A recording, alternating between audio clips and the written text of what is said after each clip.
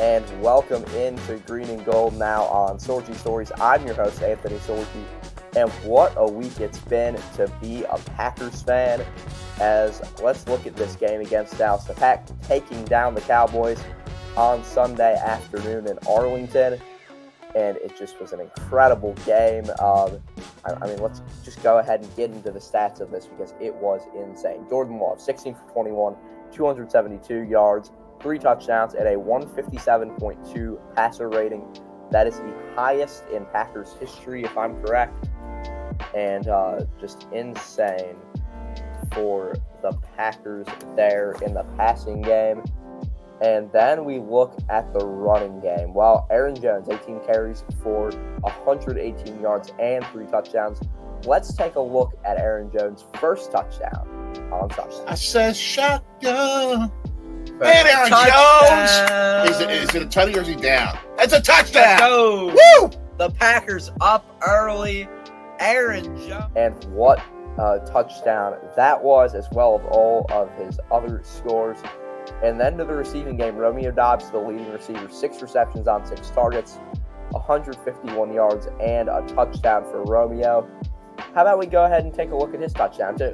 Yeah, they got Jones back in the game, but play action. Yes! Oh, my God! Yes! No, I'm not a fan of rubbing it in. We're going for 50! We're going for 50! Oh, my God.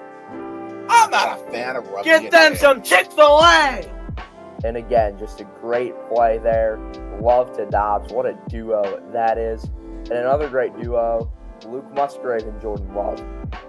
Musgrave with 3 receptions on 3 targets, 52 yards and a touchdown. And, I'll just let my dad's reaction to the touchdown speak for itself. Play action fake. John Runyon went to. Oh, my gosh, is he open? Go, Luke! Oh, my Go, gosh! Luke! Woo-hoo! The best friends connect for a playoff touchdown. Oh, my gosh! Love to Luke Musgrave, the rookie out of Oregon State, and in his second game back, Oh, my gosh! he gets himself a big-time touchdown. The defenders were in New Mexico. Yeah, the defenders were in New Mexico on that play. But then to the defense, Quay Walker leading the way in tackles with 11 of them. He had quite the day.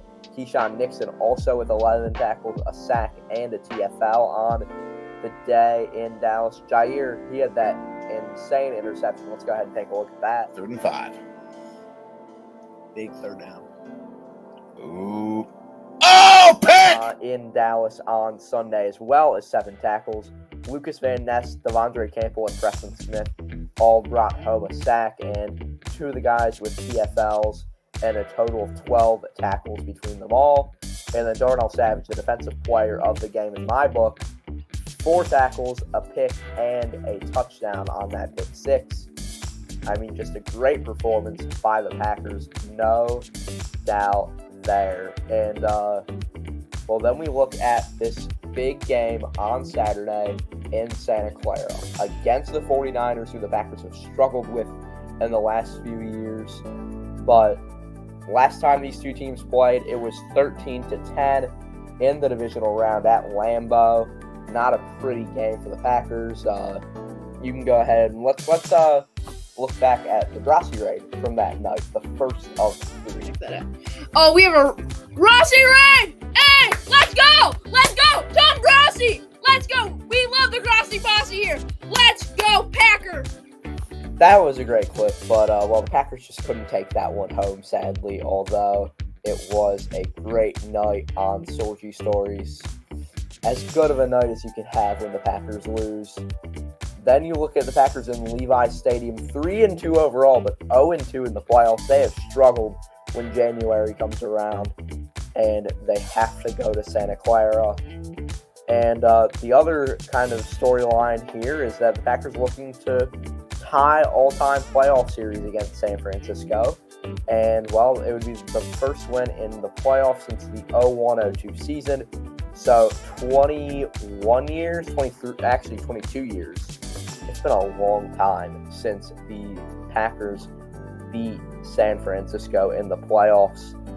And, Packers win, and obviously they head to the NFC Championship, either facing the Lions or the Buccaneers.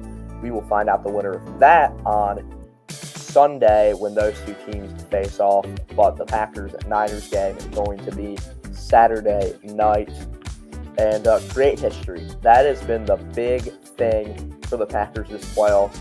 They already did by, beating the Cowboys, being the first 7 seed to win a playoff game. And that's the slogan this year, and I am all for it because they need to create history and show that, this is the Jordan Love era, and I think Love has proved that. Let's go ahead and talk about Jordan Love here versus the remaining playoff teams, which is in 5 games, 2 against the Lions, 1 against the Buccaneers, and then you also had that Chiefs game, as well as that, what was the other one?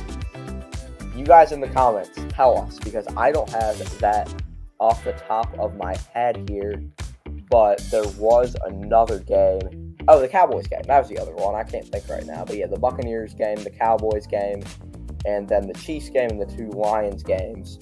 Love, 23 for 33 for 267 yards, 2 touchdowns, no picks, and a 116.5 passer rating. That's what he's averaging in these 5 games. And then we look at the 49ers. Jordan Love's great, but so is the Niners offense. Good thing they're not going up against each other because that would be interesting. And they're second in the NFL, averaging almost 29 points per game. Packers are going to have a tough task ahead of them on Saturday. 257.9, almost 258 passing yards per game. That's 4th in the NFL. And Brock Purdy, he's called a game manager. He does have some great weapons around him. The 7th round pick out of Iowa 2 years ago, or Iowa State, 2 years ago. But in 7 games versus remaining playoff teams, Purdy has gone 19 for 27 with 280 yards, 2 touchdowns, a pick, and a 115.1 passer rating.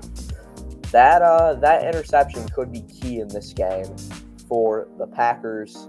And then you look at the Niners offense, 140.5 rushing yards per game. That's 3rd in the league. Christian McCaffrey, one of the best backs in the NFL, leading the way in that category. And then over to the defense. 3rd in the NFL when it comes to scoring defense. Only 17.5 opponents' points per game to their passing yards, and that on the defensive side, 214.2 allowed per game. That's 13th in the NFL, so hopefully Jordan Love can take over the game like he did against Dallas.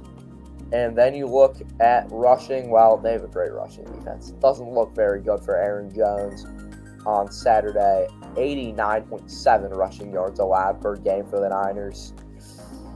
And the last thing, it's go, Pack, go. The Packers here, I think the biggest key to the game is really just going to be getting the ball first, hopefully winning that coin toss, getting the ball to start the game off, and then you guys got to go out there, score, and make the Niners play from behind, because the Packers playing from behind, it scares me, and the Niners playing ahead scares me even more. We will be live for the game on Saturday night in the Sorgi Story Studios, just a floor down for me. And, it's going to be a great game. So make sure to turn on your notifications for the live stream because it is going to be a lot of fun. It's been a great week for the channel, and it's been a great week to be a Packers fan. So we are excited to hopefully keep both of those things going on Saturday as the Pack take on the Niners. Make sure to like, share, subscribe, and hit that bell. Ding, ding, ding. And you can go to linktree.com/Sorgi Stories for all of our social media pieces, from Threads to Instagram to I don't even know what else. We're all over the place at this point with, you can find us almost anywhere. But yeah, go to linktree.com/Sorgi Stories to find all of those links. And so we will see you hopefully Saturday night, and go Pack.